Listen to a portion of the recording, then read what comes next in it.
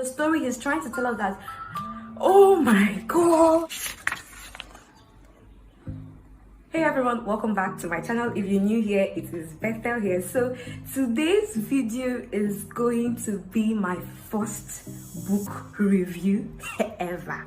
I am so excited, you guys can't even tell. If you know me well, then I'm pretty sure that by now you know how much I love to talk about books. Like, fam, reading is literally my next love too. Sleeping. Like, I'd rather read a good book than watch a movie. That's how weird I can be. So the book that we're going to be reviewing into this video is You Have a Brain by Ben Carson. I put up this post on all of my social media accounts asking if you guys wanted to see a review on this, and funny enough, I did get quite a lot of visits. I was quite surprised. I was like, wow. And I'm pretty sure that every single person watching this video is quite familiar with who Ben Carson is. He's such a popular author, a well-known neurosurgeon, and inspiration to a lot of young persons out there, and so much more. So as a result of that, you guys might be expecting me to preach. You know, the man is great, so his books ought to be great, right? So you might be expecting me to preach some really good stuff about his books, but then sadly, fam. If you know you've read Think Big, you've read The Big Picture, you've read Gifted Hands, and then you see this book, this one right here, you have a brain on the shelf, and you're like, oh, it's Ben Carson's, let me buy. My dear brothers and sisters in the Lord, please don't lie. What did you say? I will tell you why and why I say so later on. For now, let's get straight into the review. You Have a Brain has a total of 225 pages and 22 chapters, and each chapter has about 3 to 4 pages, I believe. So for the title, you'd probably be like, duh, of course everyone has a brain, who doesn't? But then fam, the idea behind the title and the story is that yes, everyone has a brain, but not everyone puts it in good use. So from the story, he's trying to tell us that at any situation is confusing or frustrating, you know, he would always remind himself, or rather his mother would always remind him that, Benny, you have a brain, learn to use it to navigate through whatever situation you're going through. And chapter 2 did more of that for me than any other chapter. Yeah, so moving on to the next chapters, he talks about his dad, who was or is a bigamist. If you're wondering what the word bigamist means, it's a man who has a family, like he's married to a family, but then has another family on the outside. And sadly, Benny's dad was one of them. After being all of that trauma, his dad leaving them with no penny, his mom having to work late hours, he taming his anger and being his class dummiest dummy at that time, he had to learn to use his brain. And all of this covers like the first 13 chapters of the book. So it's more like the first 13 chapters of this book deals with his childhood, his upbringing, becoming a neurosurgeon, and then finally his early surgeries. I said earlier that this book has a total of 22 chapters, and so far we've covered 13 chapters. Yay! Clap for me. So for the remaining 9 chapters, it is basically a summary of his book Think Big. For some of us who are not aware, Think Big is actually an acronym of talent, honesty, insight, nice, knowledge, books, in-depth learning, and finally God. For me, the one chapter that I find the most exciting is chapter 14, where he emphasized solely on talent. I love that chapter so much compared to the other chapters, and the reason is that 1, it broadened my understanding of what the word talent means, and 2, it is so hilarious. Like fam, I laughed so hard reading that chapter, especially the part where he said, if I get the chance, I often ask individuals, what talent do you have? They typically respond like this: I can sing, I can play basketball, I'm good at sports, I play an instrument. If you probably ask me, I'll be like, I can sleep. But then that aside, every single thing he said is the norm, right? Those are the things that people are likely to say when you ask them what talent they have, because those are the things people consider to be as talent. But then guess what? He went on ahead to say, seldom means hardly. Seldom do I hear someone say I am good at math. I'm an excellent reader. In conflict scenarios, I'm a diplomatic person. And I was like, wait, so if someone is like, Bethel, what talents do you have? I'll be like, I'm a diplomatic person. Are you not going to think I've lost it?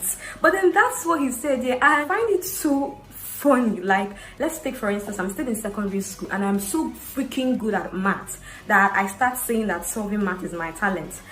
I can imagine the horrible things my classmates would come up with, and in their mind they'd be like, "Should say you're good at math? Oh yeah, now come and start solving." But then that aside, chapter 14 for me is my favorite chapter. It's very hilarious and I learned a lot. For chapter 16, he talked about insight, which to me, I think it's really, really important. The word insight itself means the ability to learn from experiencing and observing life experiences, then using the acquired knowledge to discern truth, principles, and lessons that you can apply to situations and decisions, thereby gaining wisdom. This English is too much.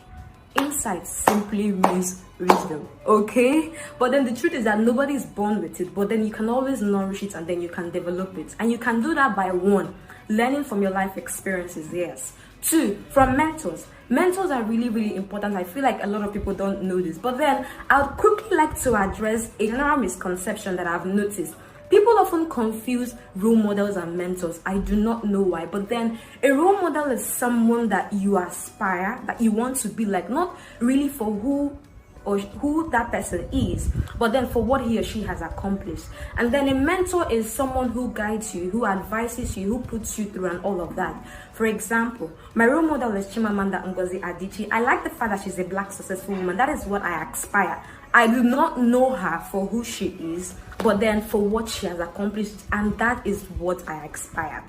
My mentor is my mother, who guides me. She puts me through, she advises me, and it's by force, whether you like it or not. African mothers. So that being said, mentors are really, really important, and they don't necessarily have to be your family member, no, but then you should be able to connect with that person on a certain level, and there's this positive energy that you get to draw from that person whenever you're around them or when you talk to them. So yeah. And then finally, books. You can gain insight from reading books. I do that all the time. In the other chapters, he talked about being nice, and we may all agree that being nice is such a good thing. Please, being sincerely nice, okay? So being nice is such a good thing, but then some of us struggle with the how. You can do that by taking yourself out of the equation, learning to look at something from the other person's point of view. 3, just listen. 4, putting aside personal references. 5, learning to love people, and most importantly, doing unto others what you want them to do unto you. And I think that is the law of, is it karma? No, karma is Jesus, because at this point I don't even know. Please, if you know what law that is, let me know in the comment section. But then yeah, being nice is such an elementary concept that I feel we should all hop onto. So that being said, he still went on ahead to talk about knowledge, books, in-depth learning, and God. I cannot emphasize on all of this in one video, okay? So in summary, what am I trying to say? And it's simply saying, use the brain that God has given you to take responsibilities for yourself and pursue the success that you are capable of. He has given you such an unlimited power and infinite potential to pursue unlimited opportunities. What you do with it is your choice. So you have a brain, use it to think big, okay? So that's it for this video, guys. If you wondered why I said at the beginning that you shouldn't bother getting this book with everything that I've said so far, fam, it's literally because close to everything that is written here, you will find in the big picture, in gifted hands, and in think big. So getting this will be quite a waste for someone who has read those other books, except you haven't read any. I bought this book excited of the fact that it's a Ben Carson's book, and thinking that it would be different, I was quite disappointed, and it really pissed me off. Like, I don't have a problem reading the same thing over and over, but then don't make me read the same thing in the same context, the same everything. I can show you stories, words, examples that are written here that you will find exactly the same way as it is in the other books. And the truth is that it pissed me off, okay? But then if after all of my warnings, you've read those other books, you still insist on buying this one, or if you haven't and you want to get this one, I'll be leaving a link in the description box. That link will provide you a soft copy of this book for those of us who like to read soft copies. But then for hard copy lovers like me, it's an old book, so you can get it in any bookstore. I cannot really say for sure if this has an audio book. thinking of it now. I'm not sure, but then I will check online, and if I find a link, I'm going to leave that as well in the description box. So yeah, give this video a thumbs up if you liked it, and let me know if you want more videos like this. Okay, if you have any books that you would want me to do a review on, fine. And if you have books that you'd want to share with me, that you've read, you want to share with me, fine, let me know. Leave everything in the description box. Okay, so subscribe to my channel if you're not yet subscribed. I will see you in my next one. Love you guys and stay safe. Bye. Mwah.